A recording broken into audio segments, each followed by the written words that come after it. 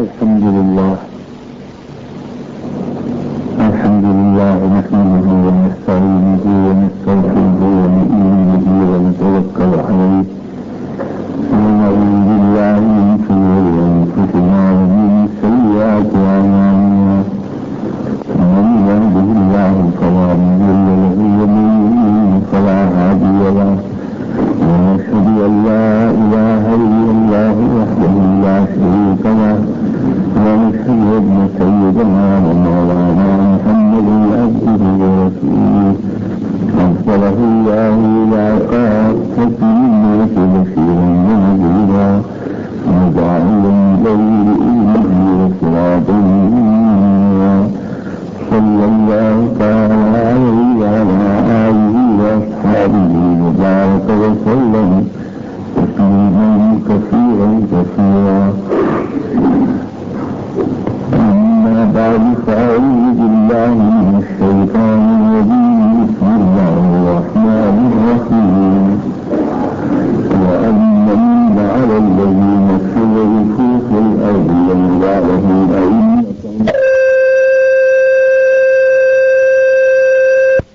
ومن في الأرض ومن فرعون وهامان وجندهما منهم ما كانوا يخجلون.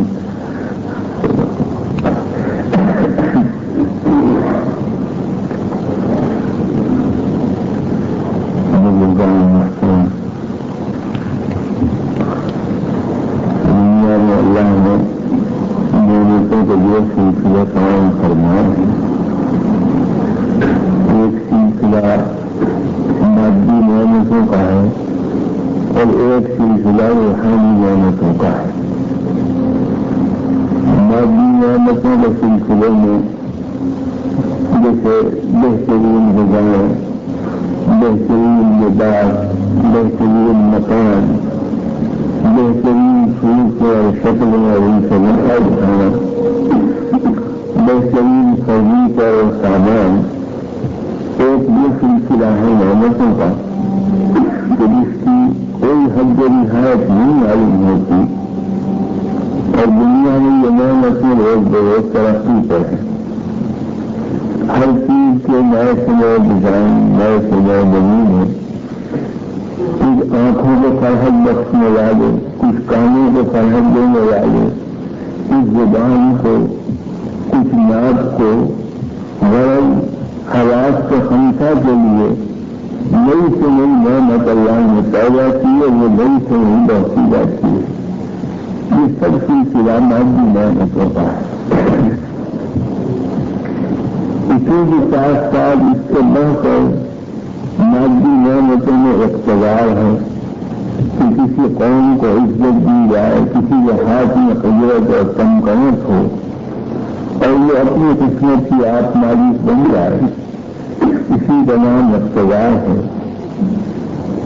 یہ مادی نعمتوں میں ایک سلسلہ لذات کا ہے، ایک سلسلہ اقتدار کا ہے. اس کے بالمقابل دوسری قسم کی نعمتیں ہیں روحانی، جیسے علم ہے، اخلاق ہے، ہدایت پانا ہے، علم کی تسکین ہے، عقلی کام ہے. یہ سب روحانی نعمتیں کہلاتی ہیں کہ جن کے ذریعے سے انسان کی روح کو فرحت اور تسکین ملتی ہے. اور یہ اتنی بڑی نعمت ہے کہ مادی نعمتیں اس کے سامنے درج ہیں اور جس کو روحانی لذت میں اثر آ جائے تو پھر مادی لذتیں اس کے سامنے حقیر اور ہیٹ بن جاتی ہیں. اہل اللہ نے مادی لذتوں پر لات ماری ہے کہ کوئی لذت، کوئی نعمت ان کے ہاتھ لگی ہے کہ جس کی وجہ سے انہوں نے ان نعمتوں کو حقیر سمجھا، کم رتبہ سمجھا. تو غرض یہ تو بات الگ ہے کہ ایک نعمت اعلیٰ ہے، ایک ادنا، مگر ہیں دونوں نعمتیں، ایک مادی اور جسمانی لذتیں، ایک روحانی اور معنوی لذتیں. مادی لذتوں کی انتہا جا کر ہو جاتی ہے حکومت کے کہ کسی قوم کو اللہ ملوکیت اور بادشاہت دے دے اور یہ ساری لذتیں، یہ سارے نعمتیں سب کی انتہا جا کر ہو جاتی ہے حکومت پر، سلطنت پر، اور روحانی نعمتوں کی انتہا جا کر ہو جاتی ہے نبوت کے اوپر۔ انبیاء علیہ السلام نبوت کے راستے سے جو نعمتیں لاتے ہیں وہ روح کی تسلی کی ہے، اس میں علم ہے، اخلاق ہیں، کمالات ہیں، اللہ کا مشاہدہ ہے، اس کے جلال و جمال کو دیکھنا ہے، ہدایت پانا ہے، اللہ کی کتابوں کی تلاوت ہے، اس کے ذریعے سے روح کو اقتدار ملنا ہے، تو یہ سلسلہ جا کر ختم ہوتا ہے نبوت کے اوپر، اور مادی نعمتوں کا سلسلہ جا کر ختم ہو جاتا ہے ملوکیت کے اوپر، بادشاہت کے اوپر۔ تو بادشاہوں کا اقتدار ہوتا ہے مادی، جو بدنوں کے اوپر ہوتا ہے، انبیاء کا اقتدار ہوتا ہے روحانی، جو دلوں کے اوپر ہوتا ہے۔ یہ بدنوں کے بادشاہ ہوتے ہیں، وہ دلوں کے بادشاہ ہوتے ہیں۔ ان کی حکومت جبری ہوتی ہے، ان کی حکومت محبت کی ہوتی ہے۔ اگر بادشاہ سامنے ہے تو آدمی دبتا ہے، اس کا CID سامنے ہے تو خائف ہوتا ہے کہ کوئی کلمہ ایسا نہ نکال دوں زبان سے کہ قانون کی زد میں آ جاؤں، مقدمہ چل جائے، چاہے دل لعنت بھیج رہا ہو۔ تو دل پر کوئی حکومت نہیں، بلکہ دل میں نفرت ہوتی ہے بعض اوقات، لیکن زبان سے نہیں کہہ سکتا آدمی۔ کہ شاہی اقتدار، ملوکیت کا اقتدار بدنوں پر، اجسام پر ہوتا ہے، اور انبیاء علیہ السلام کا اقتدار اور حکومت قلوب کے اوپر ہوتی ہے۔ وہ سامنے نہ ہو جب بھی آدمی عظمت میں دبا ہوا ہوتا ہے ان کی، بلکہ دنیا میں نہ ہو جب بھی ان کی وہی عظمت و اقتدار قلوب کے اوپر ہوتا ہے جو ان کی موجودگی میں ہوتا ہے۔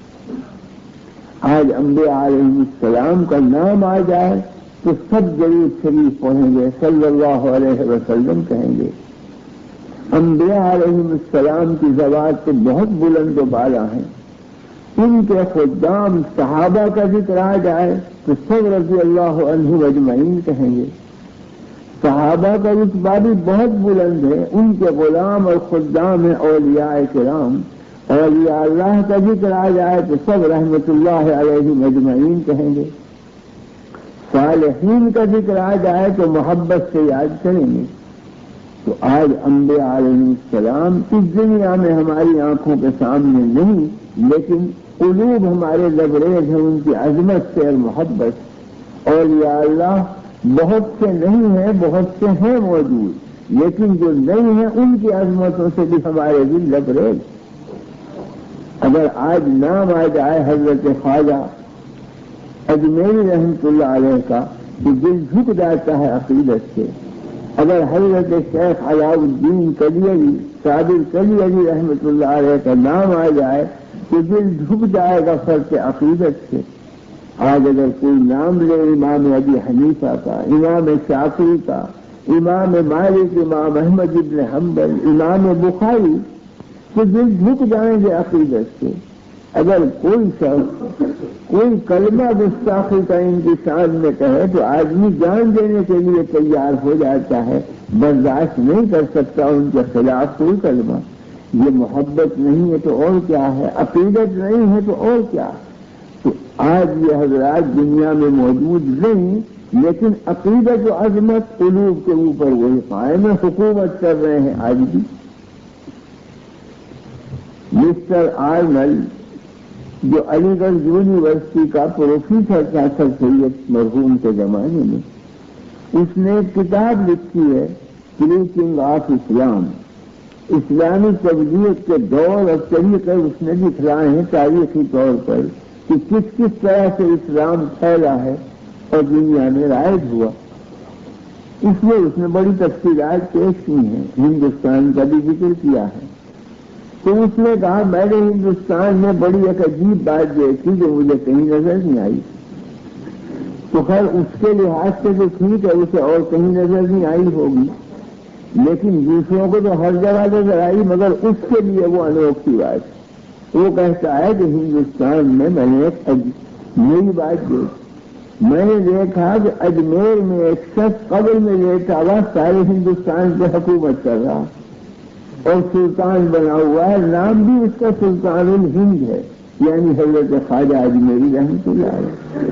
تو اس نے کہا میں نے عجیب بات یہ کی کہ ایک شخص قبر میں لیٹا ہوا ہے، اس دنیا میں نہیں لیکن پورے ہندوستان کے دلوں پر اس کی حکومت قائم، اس کا نام بھی آتا ہے تو عظمت سے لوگ نام لیتے ہیں۔ تو میرے عرض کرنے کا مطلب یہ ہے کہ مادی اقتدار بدنوں پر ہوتا ہے، روحانی اقتدار قلوب کے اوپر ہوتا ہے۔ تو انبیاء علیہم السلام اور ان کے خدام اور ان کے تربیت یافتہ وہ دلوں پر حکمرانی کرتے ہیں، اور سلاطین کے تربیت یافتہ وہ بدنوں کے اوپر حکومت کرتے ہیں۔ وہ موجود ہوں سامنے تو عظمت کے کلمہ کہتا ہے آدمی، نہ موجود ہوں بعض اوقات لعنت کرنے لگتا ہے۔ انبیاء اور اولیاء موجود ہوں دنیا میں یا نہ ہوں، یکساں قلوب پر ان کی عظمت قائم ہے، عقیدت قائم ہے، دل لبریز ہے محبت۔ تو سلسلے دو نکلے، مادی اقتدار کے روحانی اقتدار۔ مادی اقتدار کی انتہا حکومت پر ہے اور روحانی اقتدار کی انتہا نبوت کے اوپر، لیکن ان دونوں کے مزاج میں بڑا فرق ہے۔ نبوت کا بھی ایک مزاج ہے، ملوکیت اور بادشاہت کا بھی ایک مزاج، دونوں کے مزاج الگ الگ۔ جب دنیا میں بادشاہت غالب آتی ہے تو اس کا مزاج کچھ اور ہے، اور نبوت جب اقتدار پر آتی ہے تو اس کا مزاج کچھ اور۔ ان دونوں مزاجوں کا قرآن و حدیث نے تذکرہ کیا ہے۔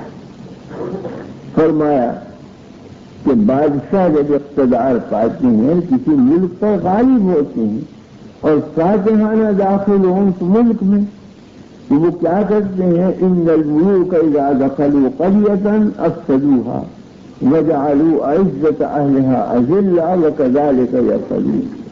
کوئی بادشاہ جب ملک فتح کرتا ہے اور فاتحانہ داخل ہوتا ہے ملک کے اندر، تو وہ اپنا اقتدار قائم رکھنے کے لیے اس شہر کو، اس قریے کو، اس جگہ کو فاسد کرتا ہے، عزت والوں کو پست کرتا ہے اور ذلت والوں کو اونچا پہنچاتا ہے، انقلاب عظیم برپا کرتا ہے۔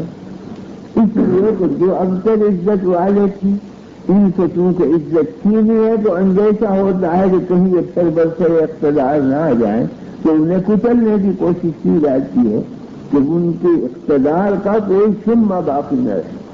یہ نشانات مٹائے جاتے ہیں جو کسی قوم کے اقتدار کے ہوتے ہیں، کاغذوں سے وہ نام محو کیے جاتے ہیں تاکہ ان کا اقتدار دلوں کے اندر بھی باقی نہ رہے، خیال بھی ادھر نہ جائے۔ اس لیے کہ اگر وہ رہ گیا اقتدار تو ہمارا اقتدار قائم نہیں ہوگا، کہ یہ اقتدار کی جنگ ہوتی ہے۔ اس لیے فاتح بادشاہ جب داخل ہوتا ہے کسی ملک میں تو اس ملک کو فاسد بناتا ہے اور انقلاب برپا کرتا ہے کہ عزت والوں کو ذلیل کرتا ہے، ذلت والوں کو اوپر ابھارتا ہے تاکہ اس کا اقتدار قائم ہے۔ وَكَذَلِكَ يَفْعَلُونَ۔ اور یہی طریقہ ہے سلاطین کا، اوپر سے لے کر نیچے تک بادشاہت کی اور ملوکیت کی تاریخ دیکھی جائے گی، یہی چیز نظر آئے گی آپ۔ اور ایک ہے انبیاء کا مزاج۔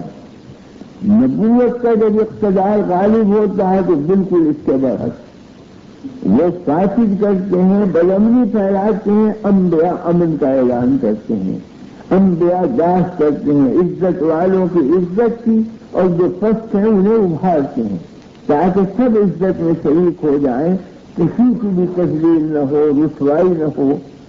انبیاء کا یہ مزاج۔ نبی کریم صلی اللہ علیہ وسلم 13 برس کی زندگی کے بعد جب مدینہ منورہ سے تشریف لائے ہیں، فاتحانہ داخل ہوئے ہیں مکے کے اندر، تو 10,000 لشکر، 10,000 صحابہ کا لشکر ساتھ، آپ اونٹنی پر سوار۔ بادشاہ داخل ہوتا ہے تو ایسا داخل ہوتا ہے اقتدار دکھلاتا ہوا، حضور داخل ہوئے تو حدیث میں ہے کہ تواضع اور خاکساری کی وجہ سے گردن مبارک جھکی ہوئی تھی اونٹنے کی گردن پر کہ کیونکہ عزت کے ساتھ داخلہ ہو رہا ہے تو اللہ کی عزت پیش نظر تھی، آپ خاکساری کی وجہ سے جھکے جاتے تھے۔ حدیثوں میں ہے کہ سر مبارک اتنا جھک گیا تھا کہ اونٹنی کے سر سے آ ملا تھا، تواضع کی وجہ سے، غایت عز و نیاز کی وجہ سے، انکساری کی وجہ سے۔ تو اول تو داخلہ اس شان سے ہوا، تو سلاطین داخل ہوتے ہیں تو اکڑتے ہوئے داخل ہوتے ہیں، انبیاء داخل ہوتے ہیں جو جھک کر داخل ہوتے ہیں تواضع سے، عز و نیاز سے۔ پھر سلاطین داخل ہوتے ہیں تو عزت والوں کو ذلیل بناتے ہیں، پستوں کو اور پست کرتے ہیں۔ انبیاء داخل ہوتے ہیں، آپ داخل ہوئے 10,000 کے لشکر کے ساتھ تو امن کا اعلان، جگہ جگہ امن کا اعلان فرمایا گیا کہ من دخل دار ابی سفیان فهو آمن، ابو سفیان کے گھر میں جو چلا جائے گا اس کے لیے امن۔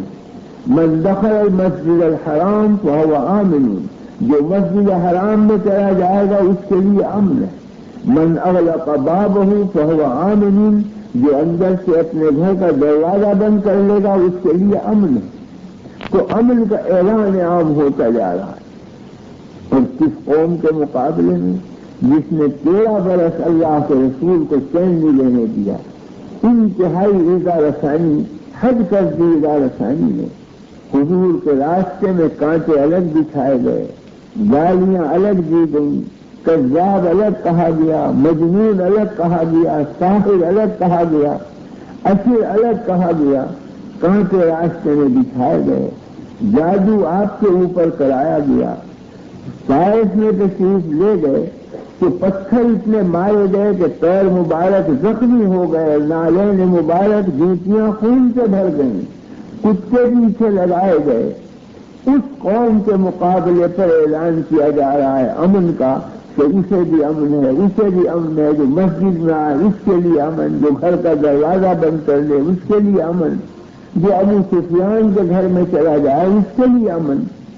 جو اب کوئی رستہ ایسا نہیں چھوڑا کہ بدامنی ہو یا قتل و غارت ہو، اور اس قوم کے مقابلے میں جس نے آپ کو انجام کار گھر سے باہر نکالا، ہجرت کرنے پر مجبور کیا، وطن سے بے وطن کیا، اس کی ساتھ میری شفقت بڑھتی گئی۔ یہ مزاج ہے نبوت کا، یہ مزاج ہے انبیاء علیہ السلام کا کہ جتنا اقتدار ملتا جاتا ہے اتنا ہی اور جھکتے جاتے ہیں۔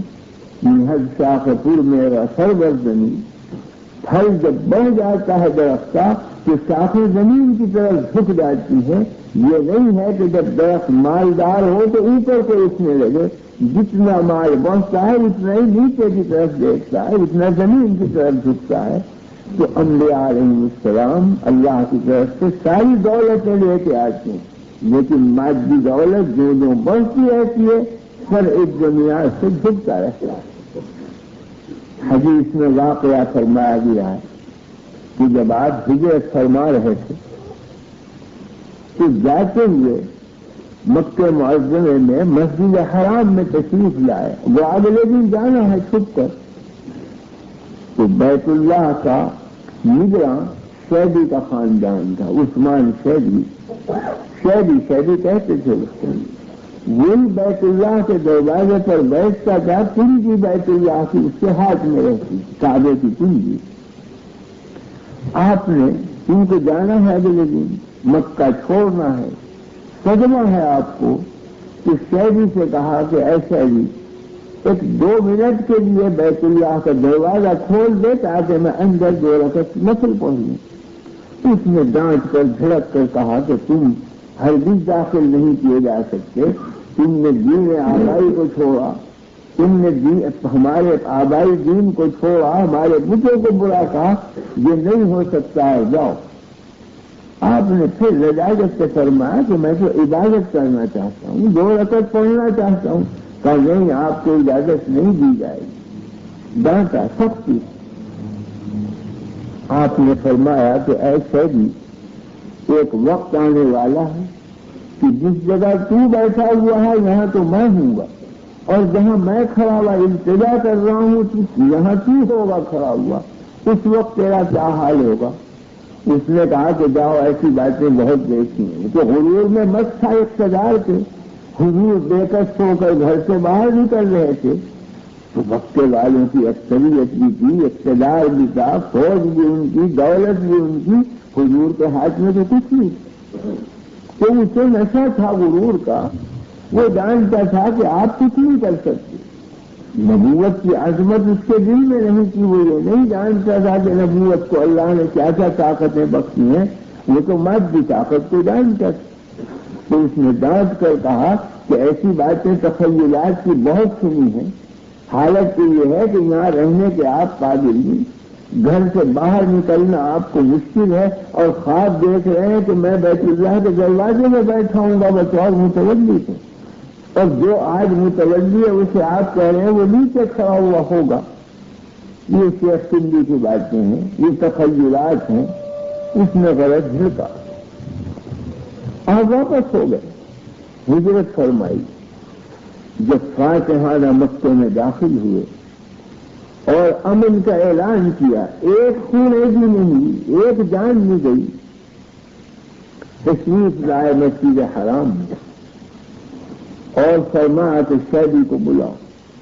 اسی شیبی کو آیا، کنجی کعبے کی اس کے ہاتھ میں تھی، کعبے کا دروازہ کھولا، آپ کعبے کے دروازے میں وہیں تشریف لے گئے جہاں شیبی کھڑا ہوا تھا، اور شیبی وہی کھڑا ہوا تھا جہاں آپ کھڑے ہو کر انتظار کر رہے تھے۔ یہ ایک ہی 2 سال کے بعد یہ واقعہ پیش آ گیا، سال بھی کہاں، ایک ہی سال بھی نہیں گزرا تھا۔ فرمایا کہ شیبی وہ وقت یاد ہے تجھے کہ میں نے نجازت سے التجا کی تھی کہ مجھے ایک 2 رکعت پڑھنے کی اجازت دے دے، مگر تو نے ڈانٹ دیا۔ کہاں یاد؟ فرمایا یہ بھی یاد ہے کہ میں نے کیا کہا تھا، میں نے کہا تھا کہ جس جگہ تو ہے بیٹھا ہوا یہاں میں ہوں گا، اور جس جگہ میں کھڑا وہیں یہاں تو کھڑا ہوا ہوگا۔ یہ بھی دیکھا، اس نے کہا دیکھ لیا، بے شک میں اسی جگہ کھڑا ہوں جہاں آپ کھڑے ہو کر التجا کر رہے تھے مجھ سے، اور آپ اس جگہ ہے، اس جگہ میں تھا۔ فرمایا کہ اب تیرا کیا حشر ہونا چاہیے؟ اس نے ایک ہی جملہ کہا کہ اخن کریم و نبی کریم، میں ایک کریم پیغمبر کے سامنے ہوں اور ایک کریم بھائی کے سامنے کھڑا ہوں۔ بہرحال خاندان تو وہی تھا، قریشی کا تھا، رشتے داری تو تھی، تو اس نے یہ جملہ کہا کہ اخن کریم و نبی کریم، ایک کریم بھائی اور کریم پیغمبر کے سامنے کھڑا ہوں، بس اتنا جملہ کہا۔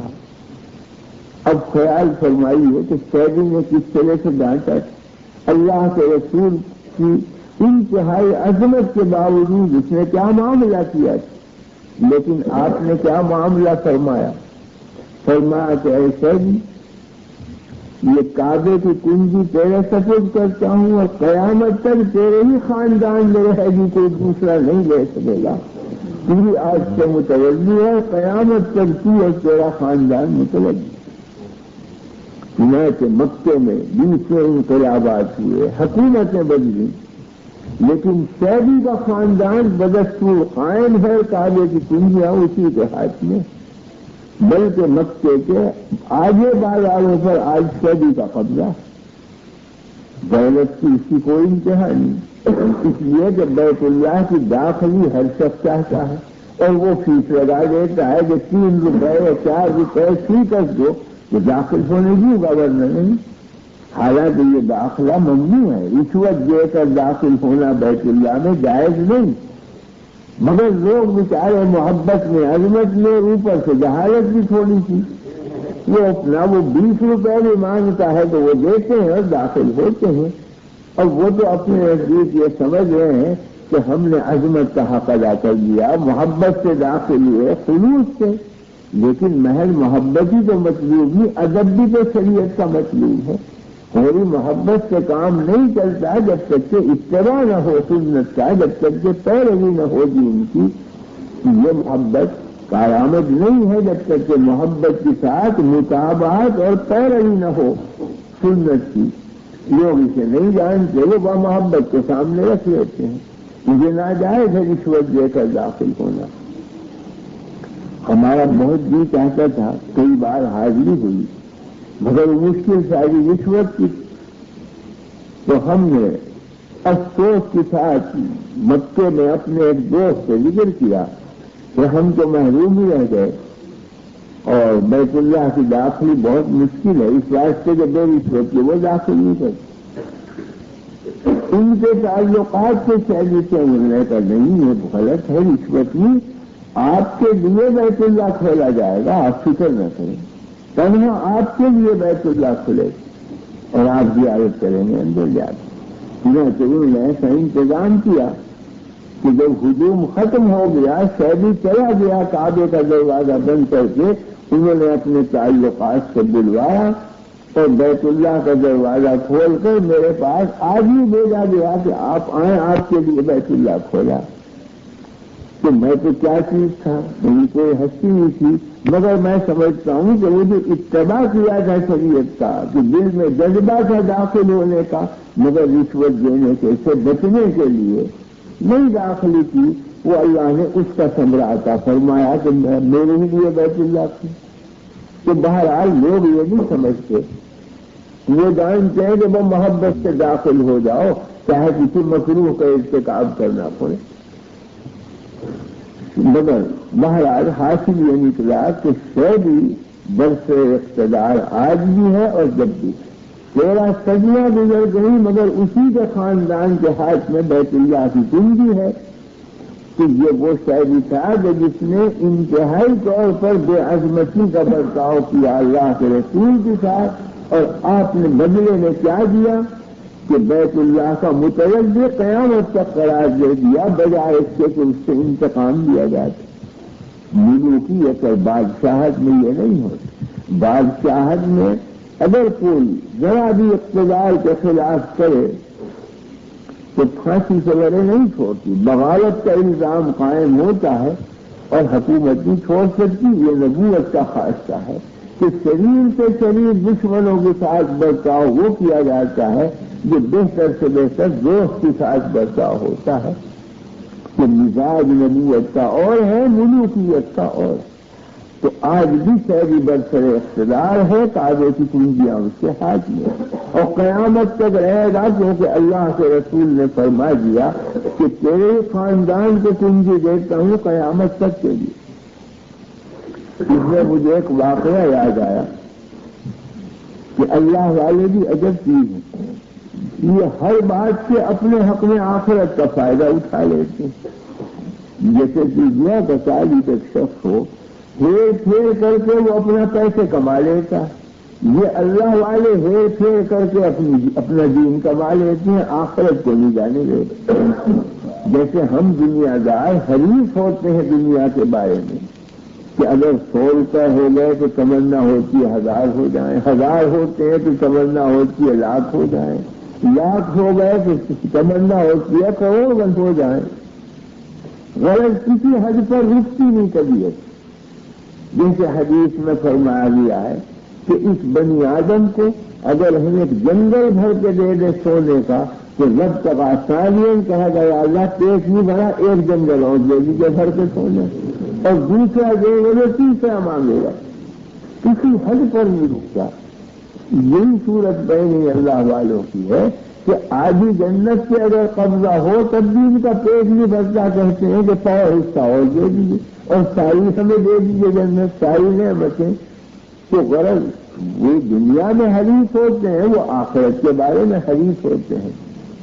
اور تو ہمارے دارالعلوم کے سب سے پہلے محترم حضرت مولانا رفیع الدین صاحب رحمۃ اللہ علیہ جو نقشبندیہ خاندان کے اکابر میں تھے، وہ ہجرت فرما کر مکہ مکرمہ آئے. مکہ مکرمہ میں وفات بھی ہوئی، وہیں ان کی قبر بھی ہے. انہیں یہ حدیث معلوم تھی کہ نبی کریم صلی اللہ علیہ وسلم نے بیت اللہ کی کنجیاں سپرد کی ہیں شہری اور قیامت تک کے لیے. کہ مکے میں چاہے سارے خاندان اجڑ جائیں مگر شہری کا خاندان ضرور باقی رہے گا قیامت تک. یہ یقین تھا، ایمان تھا، اللہ کے رسول کا قول تھا. کہ مولانا رفیع الدین صاحب نے کیا عجیب ترکیب کی، واقعی داد دینی چاہیے ان بزرگوں کی، کہاں ذہن پہنچا۔ انہوں نے کہا کہ جب یہ قیامت تک یہ خاندان باقی رہے گا تو اس زمانے میں بھی موجود ہوگا جب امام مہدی کا ظہور ہوگا مکے میں۔ اس واسطے جو حدیث میں فرمایا گیا ہے کہ مہدی کا جب ظہور ہوگا قرب قیامت میں تو مکے ہی میں ظہور ہوگا، اور بیت اللہ شریف کی دیوار سے وہ کمر لگائے ہوئے بیٹھے ہوں گے جو لوگ ان کے ہاتھ پر بیعت کریں گے آ کر، اور اس وقت جب علامات بتلائی گئی ہیں ان کے ظہور کی کہ پوری دنیا پر نصارہ کا قبضہ ہوگا، نصارہ کا اقتدار غالب ہوگا، واسطہ بلا واسطہ اقتدار پوری دنیا پر چھایا ہوا ہوگا نصارہ۔ یہ علامت ہے۔ دوسری علامت فرمائی گئی کہ ملئت دنیا ظلمن و جورن، پوری دنیا ظلم و ستم سے لبریز ہوگی، دین و دیانت کا نشان باقی نہیں رہے گا، شرارت نفس اور تعیش اور عیاشی اور ظلم اور بددینی یہ عام ہو جائے گی۔ محدود لوگ ہوں گے جو بیچارے گنے چنے پہاڑوں کی چوٹیوں میں جا جا کے اپنے دین کو سنبھالیں گے، دنیا ان کو حقیر و ذلیل سمجھے گی۔ حدیث میں فرمایا گیا ہے کہ ایک عالم اتنا ذلیل ہو جائے گا جیسے مردہ گدھے کی لاش ہوتی ہے کہ اس کو دیکھنا کوئی گوارا نہیں کرتا، یہ کیفیت ہوگی ایک عالم کی ذلت۔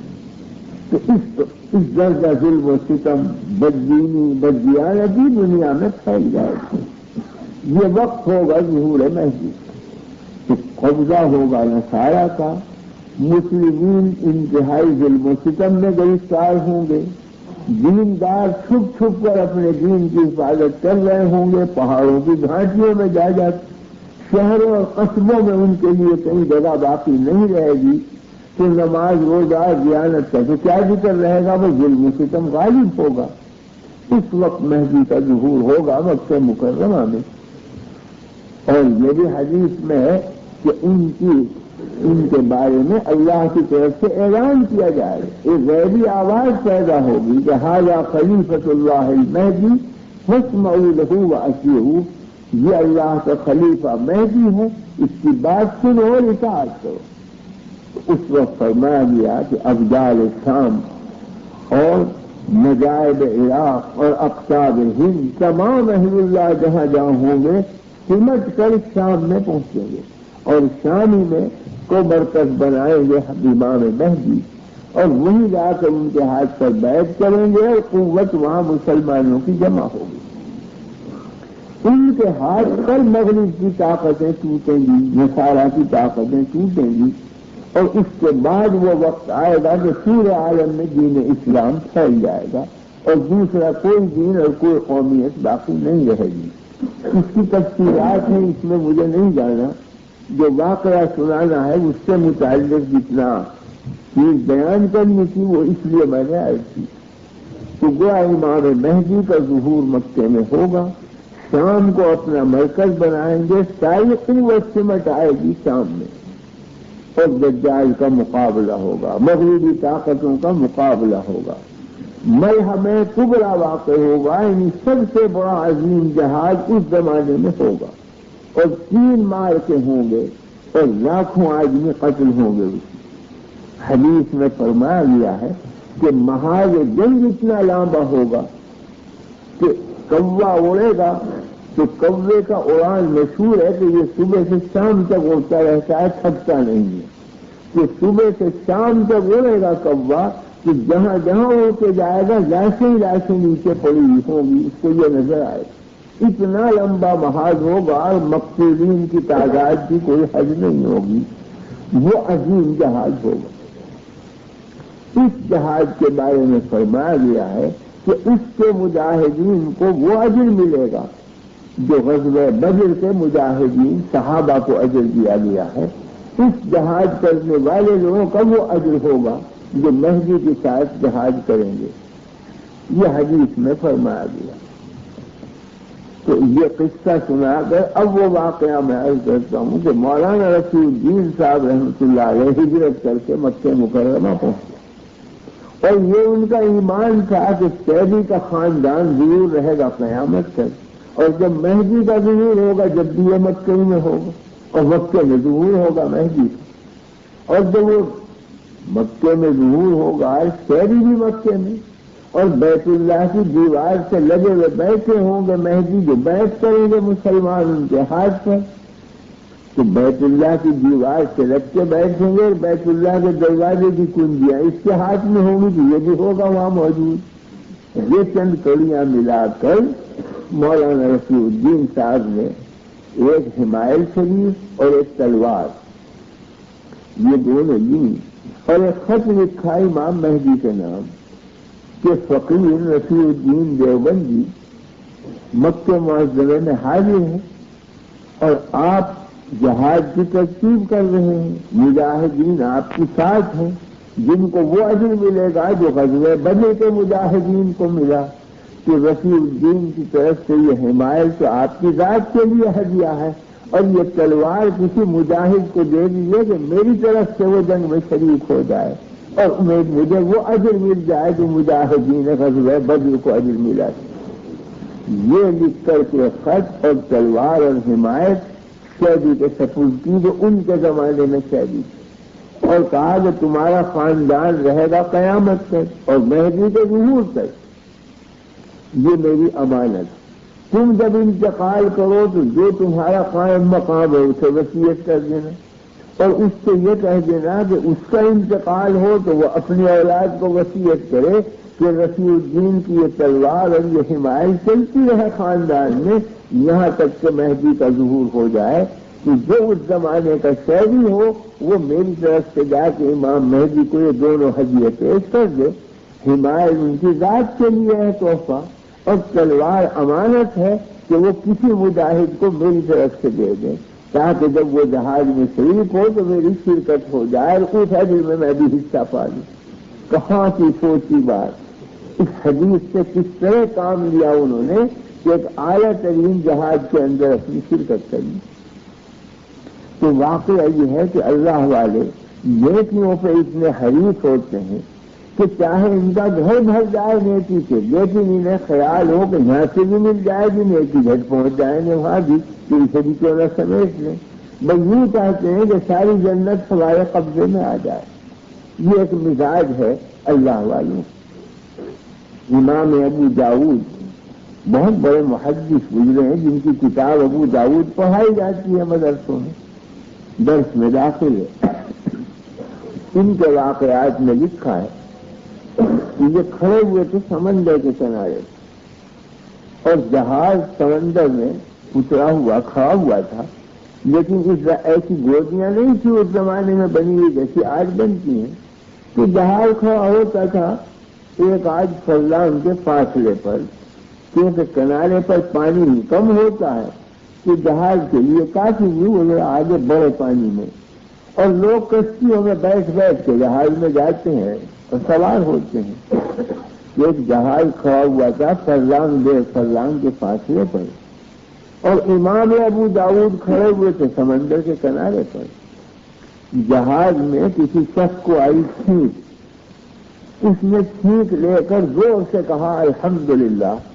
تو مسئلہ یہ ہے کہ جب کسی کو چھینک آئے تو اسے تو کہنا چاہیے الحمدللہ، اور جس کے کان میں الحمدللہ پڑے وہ جواب دے اور کہے یرحمک اللہ۔ کہ الحمدللہ اتنی زور سے کہا اس شخص نے کہ امام ابو داؤد کے کان میں آواز آئی الحمدللہ۔ اب ان کا جی چاہا کہ میں شریعت کی اس چیز پر عمل کروں، یرحمک اللہ کہوں تاکہ ثواب ملے مجھے۔ حالانکہ مسئلہ تو یہ ہے کہ چھینک لینے والے پر الحمدللہ کہنا واجب ہے، اور اس مجلس میں جو موجود ہو اور اس کے کان میں پڑ جائے الحمدللہ وہ جواب دے رحمک اللہ۔ یہ نہیں ہے کہ کسی شخص کو مسجد میں چھینک آئے اور بازار میں ایک شخص جا رہا ہو تو وہ جواب دینے کے لیے آئے رحمک اللہ کہنے کے لیے۔ ایک مجلس کا مسئلہ ہے، مجلس سے خارج نہیں۔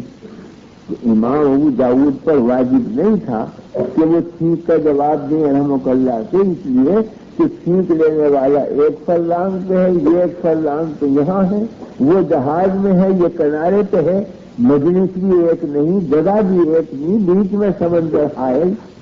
مگر وہی بات ہے کہ پھر سوچتی ہے نیکی کی کہ کسی نہ کسی طرح کما لے تو چھوڑنے کی. کہ امام ابو داؤد کی آواز کی اتنی لمبی تھی کہ یہاں سے رحمک اللہ کہے تو اس کے کان میں پہنچے. اس کی آواز تو بلند تھی کہ الحمدللہ کہا کہ ان کے کان میں پہنچ گیا. ان کی آواز تھی پر تو 3 درہم میں کشتی کرائی تھی. اس کشتی میں بیٹھ کے سفر کر کے 1.5 فرسنگ سے پہنچے جہاز میں، اور جہاز میں اوپر چڑھ کے کہا یرحمک اللہ. یہ والے ایسی کمائی کہ لکھتے ہیں مؤرخین کہ جس وقت انہوں نے جا کر کہا یرحمک اللہ تو غیب سے ایک آواز پیدا ہوئی. کہنے والا نظر نہیں آتا تھا. آواز یہ آئی کہ اے ابو داؤد آج 3 درہم میں تم نے جنت خریدی. یہ آواز کا معلوم نہیں کس خلوص سے یرحمک اللہ کہا. حالانکہ امام ابو داؤد محدث، یعنی کتنی حدیثیں لکھی انہوں نے، کتنا اجر کمایا، کتنی نفلیں پڑھی ہوں گی، کتنے تہجد پڑھے ہوں گے، کتنے صدقات دیے ہوں گے، لیکن جنت کی خریداری کے وقت اس حقیر سے عمل کا ذکر آیا کہ یرحمک اللہ کہہ دیا. 3 روپے میں کرائے کر کے کشتی. اس سے اندازہ ہوا کہ عمل کی مقبولیت اس کی صورت سے نہیں ہوتی بلکہ اس کی حقیقت سے ہوتی ہے. اخلاص جتنا غالب ہو چاہے عمل چھوٹا ہو مگر وزن پیدا ہو جاتا ہے اخلاص سے، وہ مقبول ہوتا ہے. لمبا چوڑا عمل ہو اور اخلاص ندارت ہو قبولیت کی چاندنی پیدا ہوتی. تو امام ابو داؤد نے معلوم نہیں کس خلوص سے یہ یرحمک اللہ کہا ہوگا، کس جذبے سے گئے ہوں گے اتباع سنت کے کہ یہ ایک عمل اتنا غالب آ گیا کہ نہ تہجدوں کا ذکر آیا نہ صدقات کا ذکر آیا. آ کے اس حقیر عمل کا کہ 3 درہم میں تم نے جنت خرید لی. کہ یہ لوگ صرف بے حد رکھتے ہیں دل کے اندر، کمانا اتنا جانتے ہیں کہ وہ ہر وقت کماتے ہی رہتے. ہم دکان پہ بیٹھ کے کماتے ہیں، وہ چلتے ہوئے الگ کمائیں، بیٹھ کے الگ کمائیں، گھر میں الگ کمائیں، ہر جگہ ثواب کمانے کی فکر رہتی ہے. ہمارے حضرت حاجی امداد اللہ قدس اللہ سرہ جو شیخ الطائفہ ہیں وہ تمام اہل دیوبند کے مرشد ہیں. حضرت مولانا نانوت یہ گنگوہی کے مرشد ہیں. ان کا عمل کیا تھا؟ حدیث میں یہ فرمایا گیا ہے کہ جب آدمی گھر سے چلتا ہے مسجد میں نماز پڑھنے کے لیے تو ہر قدم پر ایک نیکی لکھی جاتی ہے، ایک بدی مٹائی جاتی ہے. اور یہ بھی فرمایا گیا دوسری حدیث میں کہ آپ نے سوال فرمایا کہ لوگوں جانتے ہو کہ درجات کن کن چیزوں سے بلند ہوتے ہیں اور کفارات کن کن چیزوں سے ہوتے ہیں کہ گناہ مٹا دیے جائیں. عرض کیا کہ اللہ و رسول عالم، اللہ و رسول ہی بہتر جانتا ہے. تو من جملہ اور چیزوں کا فرمایا کثرت الخطا الی المسجد، مسجد کی طرف جتنے زیادہ قدم پڑیں گے اتنا ہی کفارہ ہوگا گناہوں کا، اتنے ہی درجات بلند ہوں گے. کہ ایک طرف تو یہ حدیث ہے کہ جتنے قدم زیادہ ہوں گے نیکیاں بڑھیں گی بدیاں گھٹیں گی، اور دوسری طرف وہ حدیث ہے کہ ہر قدم پر ایک نیکی لکھی جاتی ہے، ایک بدی مٹائی جاتی ہے جب آدمی مسجد کی طرف جائے. تو ہمارے حضرت حاجی امداد اللہ قدس اللہ سرہ کا یہ عمل تھا کہ اگر مسجد کو 2 راستے جاتے ہوں، ایک بڑا لمبا ہو ایک چھوٹا ہو، تو لمبا رستہ اختیار کرتے تھے تاکہ قدم زیادہ پڑیں نیکیاں زیادہ لکھی جائیں اور بدیاں زیادہ مٹیں. اور اس میں بھی یہ کرتے تھے کہ لمبا رستہ اختیار کر کے قدم چھوٹے چھوٹے ڈالتے تھے، لمبی لمبی ڈیگیں نہیں بھرتے تھے کہ جتنے زیادہ قدم پہنچ جائیں. اس لیے کہ حدیث میں یہ فرمایا گیا کہ کثرت الخطا، قدموں کی کثرت مفید ہے. یہ نہیں کہا گیا چھوٹے قدم ہو یا بڑے قدم ہو، اس کی کوئی قید نہیں لگائی گئی. تو انہوں نے کہا مجھے شریعت نے نہیں روکا اگر میں چھوٹے قدم رکھوں تو چھوٹے چھوٹے قدم، یعنی اگر 20 قدم سے رستہ طے ہوتا تو 40 قدم سے طے کرتے تاکہ 40 نیکیاں ملے. یہ جب ہوتا ہے کہ دل میں ایک لگن لگی ہوئی ہو کہ مجھے نیکی کمانی